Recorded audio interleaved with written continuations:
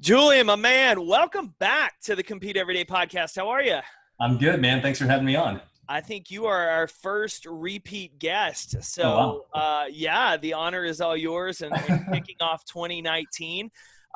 For anyone that has not listened to you yet in episode 7 of the podcast, give everybody just a quick overview of who you are and what you do right now. Yeah, so my name is Julian Placino. I'm a senior recruiting and staffing professional, the recruiting lead for Bottle Rocket Studios, and the creator of the Pathways to Success podcast, where I interview various leaders about their journeys to success. And on nights and weekends, he dons a cape and saves people and cats stuck in trees all over DFW. The guy does so much. Julian, okay, so let's talk a little bit briefly about your background. So you work, obviously, there at Bottle Rocket Studios, and you launched the Pathways to Success podcast. Tell us why you launched that podcast. How many episodes in are you now? And what's been some of the biggest takeaways you've learned about what it means to be successful and how to find success?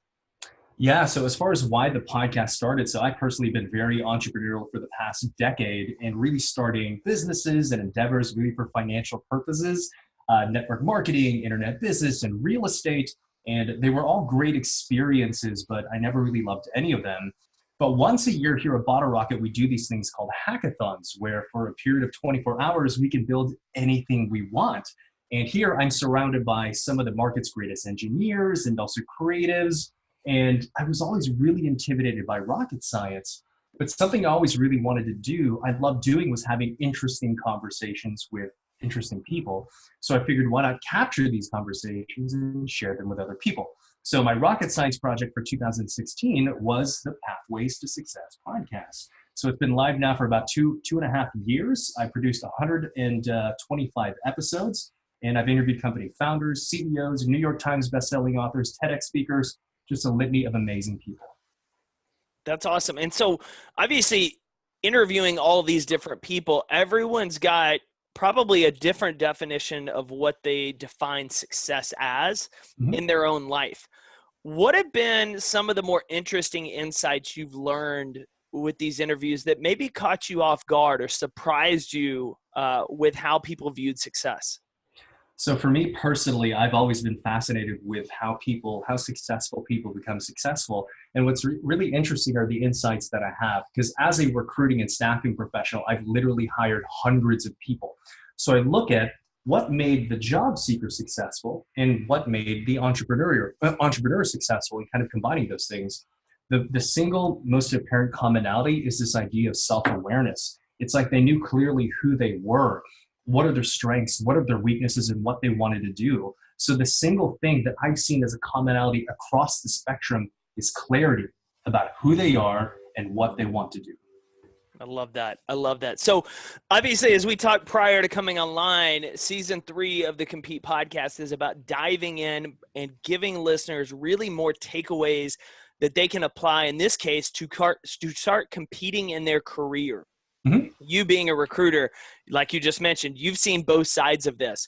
So first, I would love to get an idea of when you're looking at potential prospects or looking for potential prospects for an opportunity, what are some of the things, commonality, regardless of what the position is, that you're looking for in individuals that our listeners can be aware of and start to really focus in on for themselves if they ever decide to move throughout their career?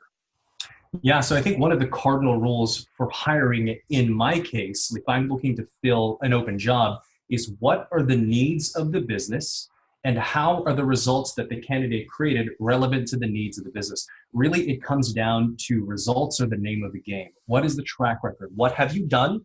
What results have you created? And how is that relevant to my pain point?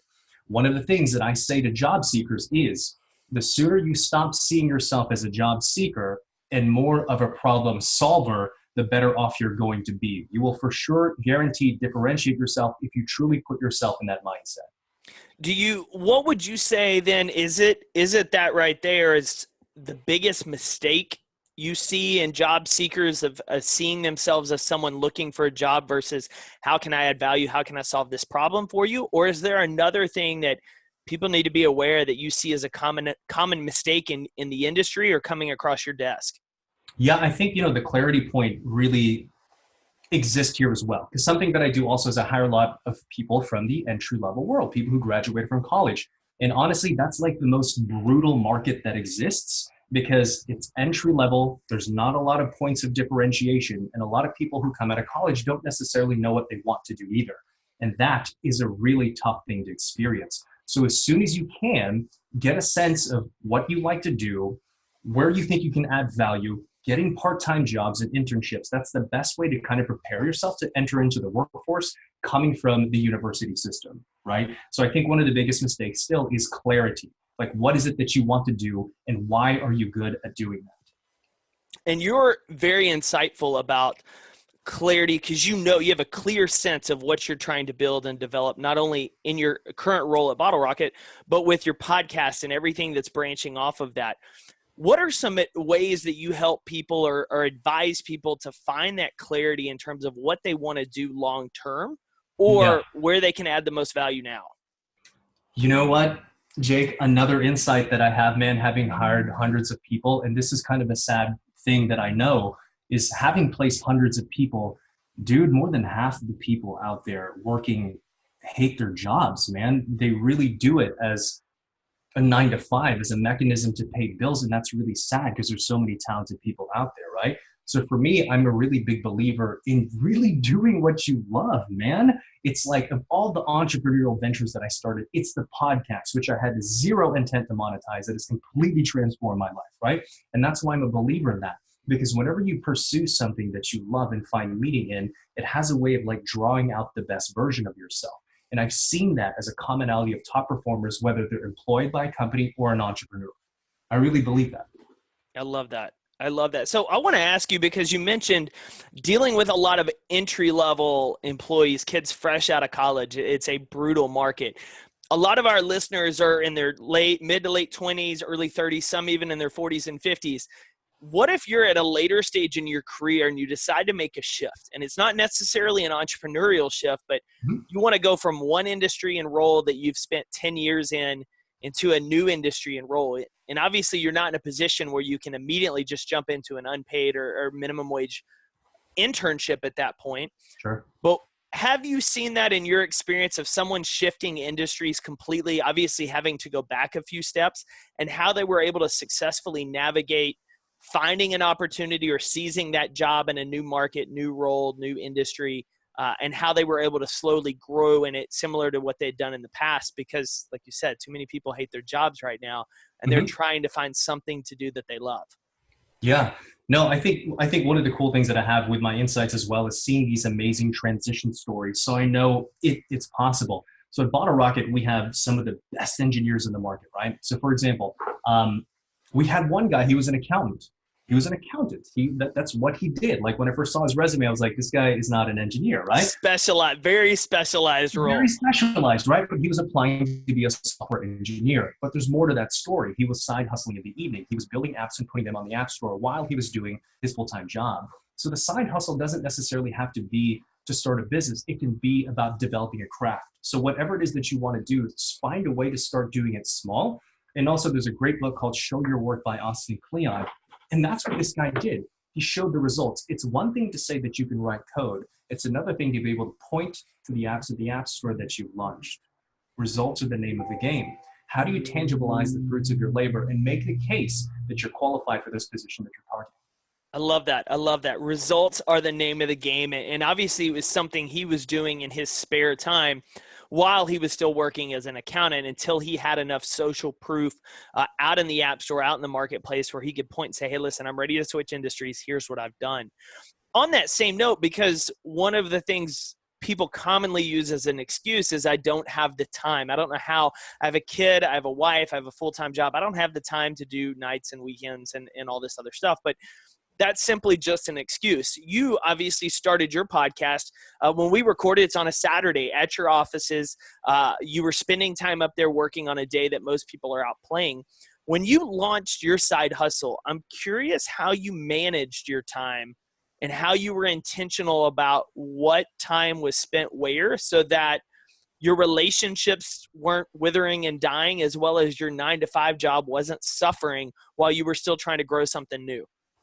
I'm very maniacal about planning and execution. Once something happens on the calendar, it happens on the calendar, and I protect that time. I love that. Have you always been that way?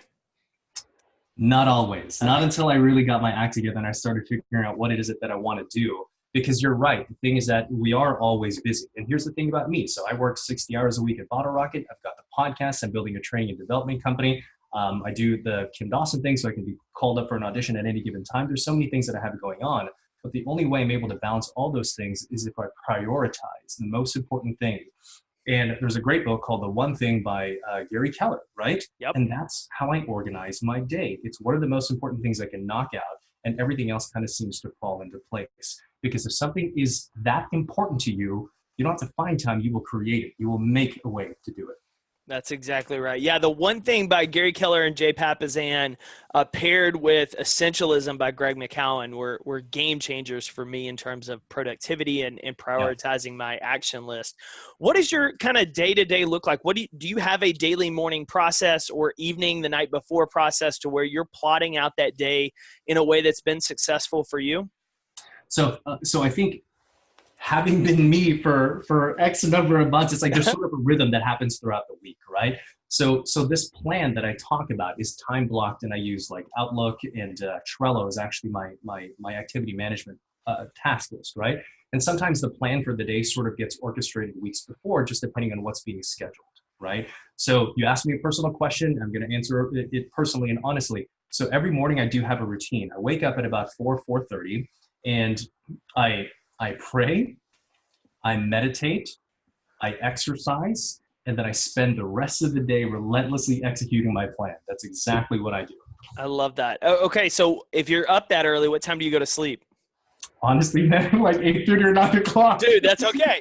Hey, I was about to wonder if you were going to say like 10:30 or 11. I was going to wonder, how do you stay so energized throughout the day? But it's funny the way the world has shifted so much for us, especially in the last, I want to say 12 months, 24 months, in that when 10, 15 years ago, you would stay up to watch certain shows. If there was a show you were committed to, if you were a Walking Dead fan when it first started, or, Game of Thrones, and that was one of the things you were passionate about and you would have a creative escape, you would have to stay up to watch it on that one slot. Where now, the way everything is on demand, those Thursday night viewing parties, Sunday night viewing parties are more of just entertainment instead of a necessity if that's your type of show. So going to bed at 8:30, so you're up at 4:30, doesn't dictate whether you're able to an hour a week, 30 minutes a week, carve out time to watch your favorite show, because you can pull it up just directly on your phone, on your laptop, whatever the case may be. Music is on demand. I mean, everything has changed in that world that we can't use those certain excuses anymore of, well, I have to stay up to watch like this show I really want to watch. Mm-hmm. You don't. Like, you go to bed if you're up and committed to getting up early and carving out that time for an hour, 2 hours at night to work on a side hustle. You may miss the show that night. That's okay. You can still watch it later on your DVR phone or whatever. So yeah, thank you for being transparent about that, because I know that's a lot of what I hear. And a lot of it is, as I explained earlier, it's just an excuse. We all have the same 24 hours. Some of us are just better about protecting it and utilizing it than others are. So you use Trello, you use Outlook. Do you keep any kind of physical notebook, calendar where you're looking through and viewers, everything digital so that it syncs across the board? Yeah, no. So I write like my goals, all of my goals are written down, right? As far as like the day-to-day task management, I use digital tools. But as far as my actual goals, for me, something awesome happens when I handwrite my goals, right? That's the only thing that I really keep analog nowadays. That's awesome. Yeah. It's amazing when you put pen to paper what it does versus typing something. And I very much learned that because I used to type certain things, goals, big bucket list pictures, things like that, and started writing them. And it was just a very different ball game at that point once I started writing it. And so now I find myself, when I go to conferences and events, I will actually handwrite my notes and then digitally type them in later. So I'm getting a little bit of a regurgitation when I'm typing back in. And so I'm learning a little bit more at that point, reinforcing it. But physically writing certain things down just seemed to imprint them better on me. as well. So I love hearing that you do that, and would definitely challenge people to do that. Let me ask you, obviously in your role, what made you want to get into recruiting? Wow. So I've been in the industry now for the past 11 years. And honestly, I didn't even know recruiting was a discipline. My first recruiting job was at a company called Robert Half, and I met them actually at a job fair. But the thing was, my story is when I graduated from college back in 2005, I had the worst time trying to find a job. It actually took me 8 months and 37 rejections in a row. And looking back, I realized what my problem was. For me, I just wanted to get a degree and then go be in corporate America. I didn't have clarity. I was trying to be everything to everyone. What I know now as a fact, and especially through the light of my experience, the market, it does not seek generalization, it seeks specialization. And that's what I didn't have, right? So I went from this whole odyssey of getting rejected 37 times, not knowing who I was, struggling to find a job, to now building a career out of helping others find jobs. I love that. What do you think? Obviously, your tenacity and learning to find that clarity was a huge piece in you finding that position and succeeding in that position. What are some other skills that you feel you have that have made you successful as a recruiter that perhaps someone listening that's struggling with their current role, it's not matching up with where their skill sets is, perhaps here's some of your strengths and skill sets and thinks that's a lot of what I do well too. Maybe that's a career industry I should consider. So what are the things that I've learned that I do well that kind of... Yeah. What has made you a successful recruiter in your opinion? Like, what are your characteristics or traits that you feel help set yourself apart? Because obviously you take initiative, which I've seen because you've created all of these things on the side. And as you just shared in terms of being rejected job after job after job, you've got some grit to you. Yeah. I think one thing people who know me and perhaps have seen me speak before would say that I'm a strong communicator, right? So I've intentionally worked on developing that ability through the podcast and also very much in public settings. Well, what that did is it made me realize that I was a content creator. I always had things to say. Whenever I was talking about something that I cared about, I fully understood and was passionate about, whenever I spoke, it was very persuasive and influential, right? So I started just capturing these ideas and putting them on camera, and that's what really exploded my LinkedIn profile. So what the biggest thing I've gotten from being a content creator was developing a personal brand. It sort of becomes this way for people to get to know you without them ever meeting you. That has helped me quite a bit when it comes to recruiting because I now have this social footprint that people can see. I liken it to sort of active and passive income. Right? So active income is whenever you go to a job and you get paid for the time that you spent. Like your social footprint, your personal brand, it works for you when you're not even in the room. So your personal brand to me is real equity that's passive. And obviously, in your opinion, how does someone start to create their personal brand? Obviously, I believe they're creating it whether they realize it or not. It's who they are. It's what they say. It's what they post. What advice do you have because I know you sit on a lot of panels, you speak on this on other podcasts about starting and building your own personal brand or building it and developing it in the way you want. What are some of the top takeaways you usually have for people that are really starting to become intentional about their personal brand on how they should do it? Yeah. So I think first off, one thing that what I teach in my classes is that don't even think about social media. Your personal brand is in every conversation. It's in every handshake. It's every meeting. It all starts with everything that's around you.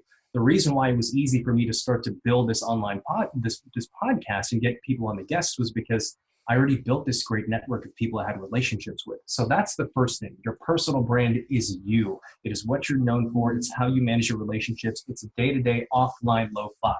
Now, once you're ready to start putting stuff in content online, dude, talk about your interests. You know what I mean? Talk about something that you're really passionate about.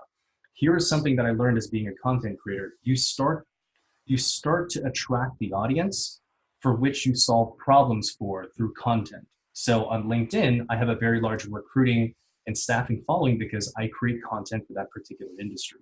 That seems to happen across the board, no matter what discipline you have. I love that. And that is incredibly, incredibly accurate that you attract those like-minded individuals as you're helping solve problems, as you're adding value to their life. So on this last note, one of the things that you've hit on a few times that is incredibly valuable for anybody listening, whether they love their job, whether they're perhaps seeking a new one or a new opportunity, is networking. You're an incredible networker. You've built a massive audience and network here in DFW and beyond.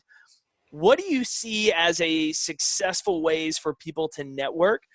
Because obviously going to a local meetup and throwing out business cards is not an effective nor a positive experience for the giver or receiver of that card. What do you do to network? How do you encourage people to be better networkers? Yeah, man, I talk about this a lot, actually, and there's a lot of truth to the cliche that your net worth is equal to your network, and that's absolutely true. The biggest, honestly, if I was to tell someone to start a podcast, an interview show, I would say don't do it for the downloads. Do it for the relationships that you will build. Dude, my friends are awesome now. I'm here with you, Jake Thompson, founder of Compete, public speaker extraordinaire. Dude, you connected me to Baylor. I mean, we've had a ton of mutual connections because of the podcast and relationship. And then check that out. So Baylor actually helped me get my first paid speech and then also get my first sponsor, right? It's building relationships with great people. Now you ask me, what can you do sort of tactically or strategically? A lot of people will go to networking events and that's fine.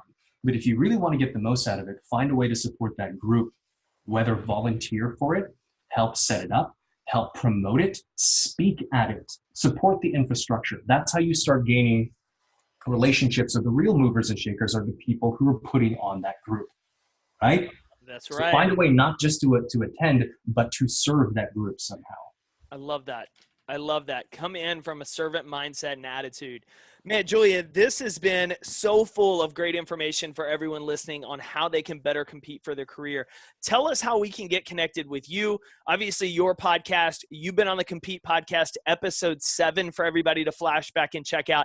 But this man has a great podcast and some incredible interviews. So where can we find it? Where can we connect with you? So I am lucky in the sense that I'm the only Julian Placino that has ever existed. So you could search my name, Julian Placino, Placino's Placino, on any social channel and you can find me. My main website is my personal website at julianplacino.com. I love it. Julian, man, thanks for coming on the show today. Thanks for having me, Jake.